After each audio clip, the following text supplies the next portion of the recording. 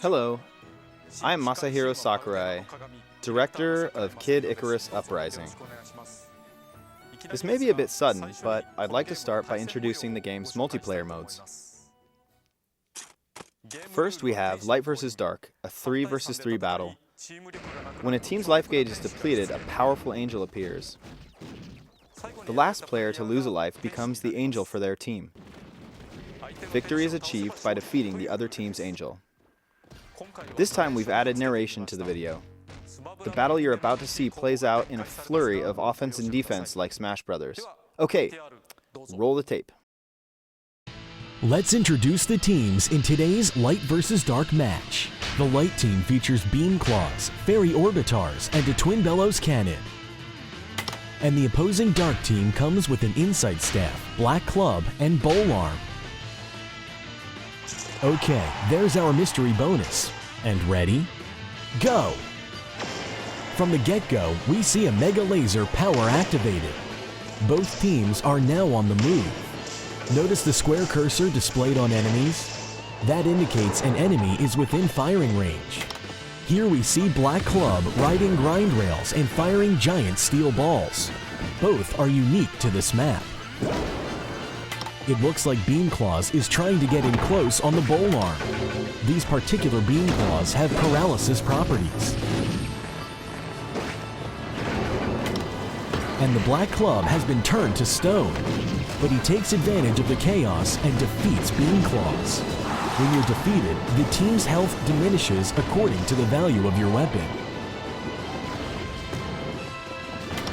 Activating super speed, Fairy Orbitars quickly advances on the opponent.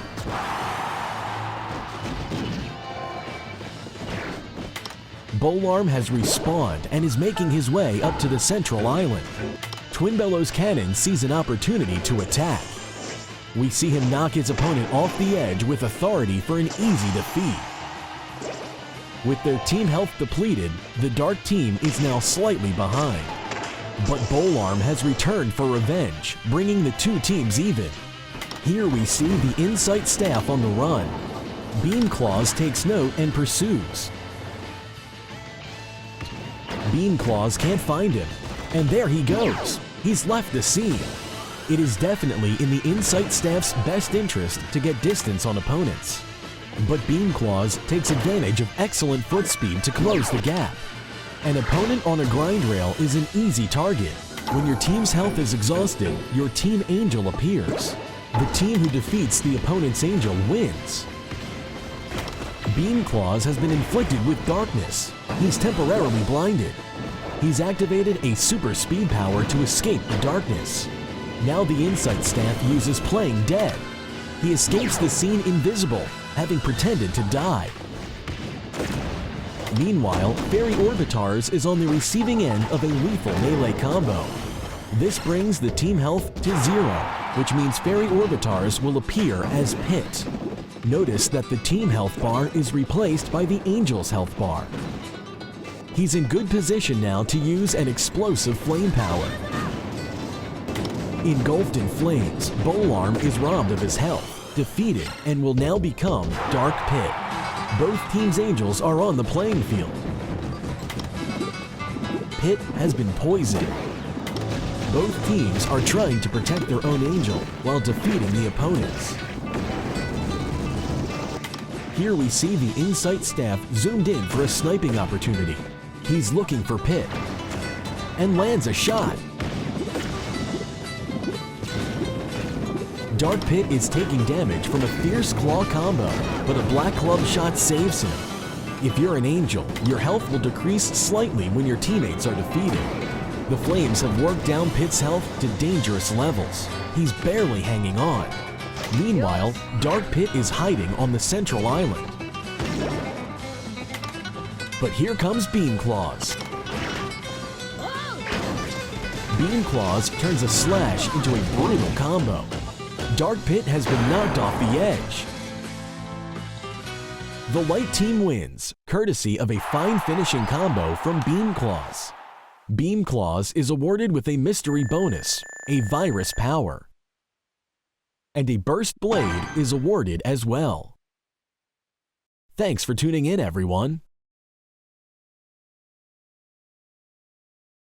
How was it? It might seem a bit chaotic at first, but it's a lot of fun once you get the hang of it. While it didn't appear in the battle you just saw, I'd like to tell you about an item called Daybreak. Collecting all 3 of the Daybreak parts will create an ultimate weapon capable of firing a single super powerful shot. The Daybreak can turn a battle around in an instant, so collecting all 3 parts can be a key to victory.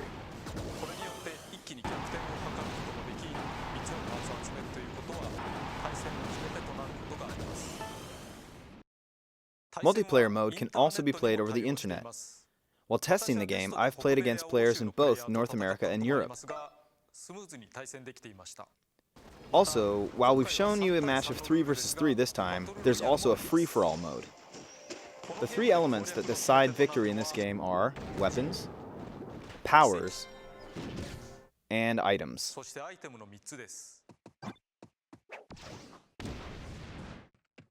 Weapons in particular are so distinct, you could almost say each one is like a separate character.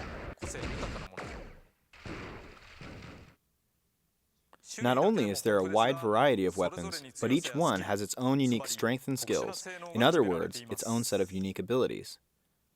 For example, some have powerful forward dash attacks, while others have excellent homing ability. Each one is unique. You'll want to think carefully about which weapon will best help you outwit your enemies. Each weapon also has a particular value. The stronger the weapon, the higher its value.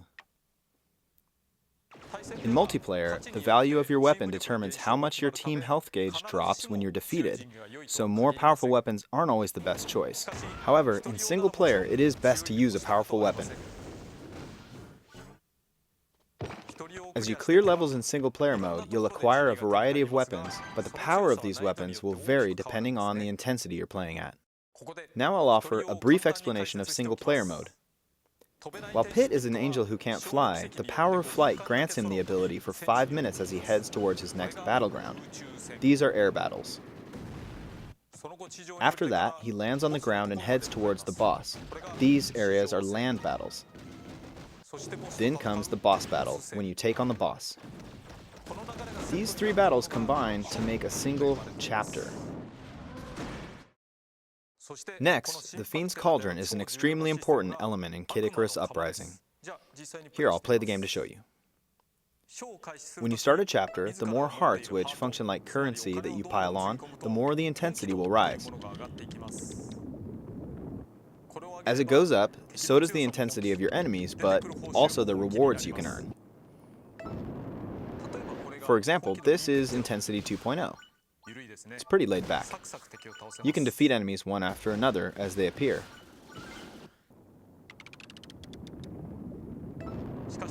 But if you set it to 9.0, the enemies are incredibly strong. This is tough.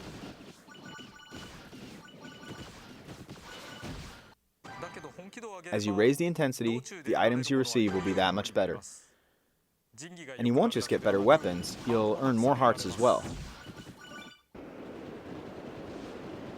But if you lose all your health, the Fiend's Cauldron tips over and some of your hearts will spill out.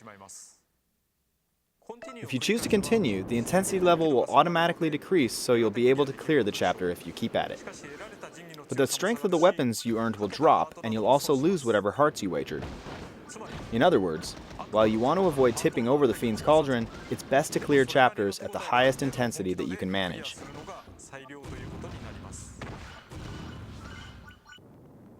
I recommend raising the intensity slowly, without taking on too much at once.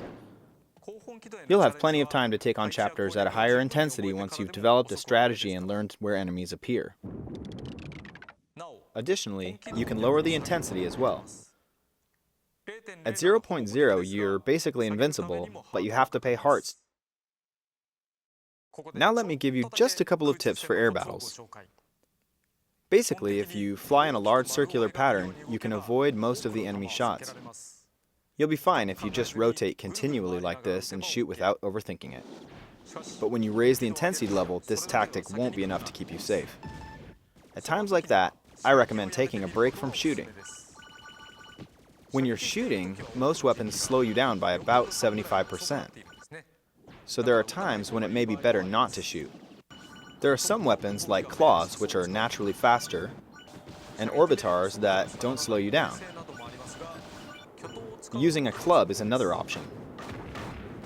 Its reach may be short, but by just swinging it around, you can knock enemy shots back where they came from.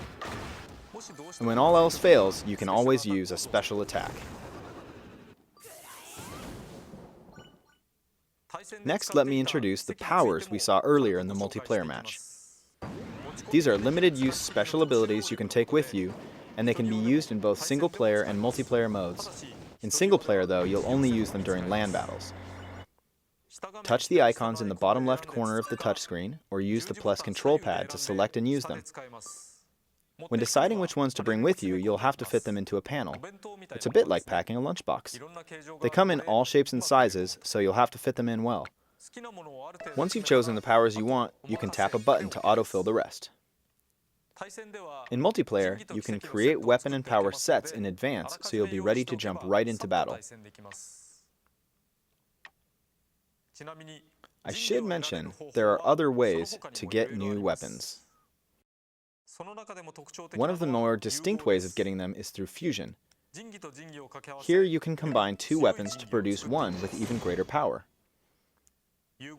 When fusing weapons, some of their attributes and skills can be carried over. For example, you could fuse a short-range weapon with a long-range bonus, or create a weapon that particularly excels at melee attacks. The game also uses Street Pass functionality. Using Street Pass, you can create items called weapon gems. Weapon gems will be created from the weapons you have, and you'll exchange these gems with other people as you pass them. Creating weapon gems won't actually cause you to lose weapons. You can use the gems you got from people to fuse weapons, or receive the weapon in the gem, but this will cost you some hearts. You can also grind weapon gems up to earn a few hearts. Additionally, we plan on sending out one weapon seed per day via Spot Pass. Finally, let me show you what comes packed in with Kid Icarus Uprising.